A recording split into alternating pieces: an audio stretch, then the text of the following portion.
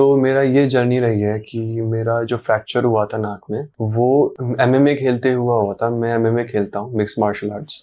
मेरे को यहाँ पंच पड़ गया था नाक में और मेरा सबसे पहला ये रिएक्शन था कि मैं अपना फेशियल फीचर्स पे कॉम्प्रोमाइज़ नहीं करना चाहता हूँ। और मैंने रिसर्च शुरू करा कि किस तरीके से सर्जरी, कौन सी सर्जरी करवाता हूँ, कौन बेस्ट डॉक्टर रहेगा। तो सब सर का नाम आया था। फैमिली से डिस्कस किया और एज सून एज पॉसिबल मैं यहाँ आया। प्रोसीजर दूसरे दिन पे प्रोसीजर कंप्लीट हो गया था और तीसरे दिन मेरे को फ्री भी कर दिया था क्योंकि वो मेरा रिक्वेस्ट था, मेरे को जल्दी वापस जाना था। और फिर उसके बाद 10 दिन के अंदर अंदर आज मेरा सारे के सारे सूचर्स वगैरह सब निकल चुका है। It was a very painless procedure and contrary to many beliefs and myths, ऐसा कोई निशान नहीं रहता है नाक के ऊपर। एज यू कैन सी मेरे नाक पे कोई निशान नहीं है। Only you know there is only plus sides and benefits to rhinoplasty I believe and septoplasty.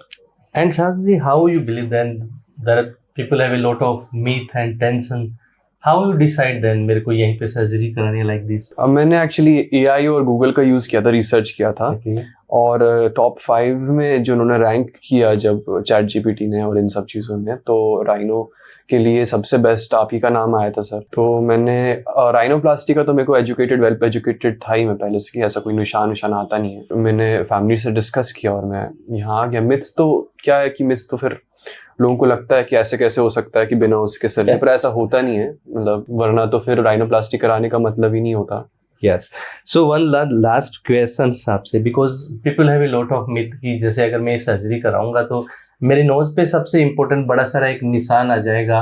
So ये लोगों को जो मिथ है, क्या उनको आप अपना मैसेज देना चाहोगे?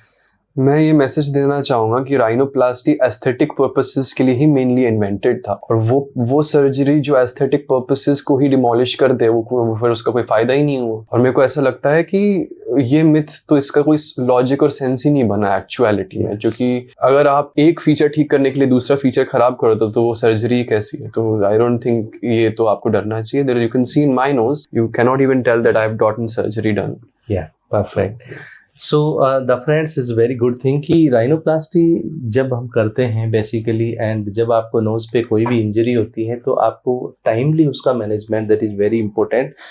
बहुत बार क्या है कि मैंने देखा है कि there are so many cricket ball injury है, हल्का सा रोड ट्रैफिक एक्सीडेंट पे नोज बोन का जब फ्रैक्चर हो जाता है तो the people denying to correction of that and then later they develop the deformity of the nose. So lifelong उसके लिए उनको जो है देखना पड़ता है, उसकी पिक्स अच्छी नहीं आती है, उनको फंक्शनली भी प्रॉब्लम होती है। So this is my advice, then if you have the problem timely according to the doctor advice आपको उसको ट्रीट कराना चाहिए। बाहर से उसमें कोई इंसिजन या बाहर से कोई स्कार ऐसा नहीं होता है and it's not major painful, बाहर से ऐसा कोई पेन भी नहीं होता। सो टाइमली मैनेजमेंट करके नोज को आगे होने वाले कॉम्प्लिकेशन से हम दोस्तों बचा सकते हैं।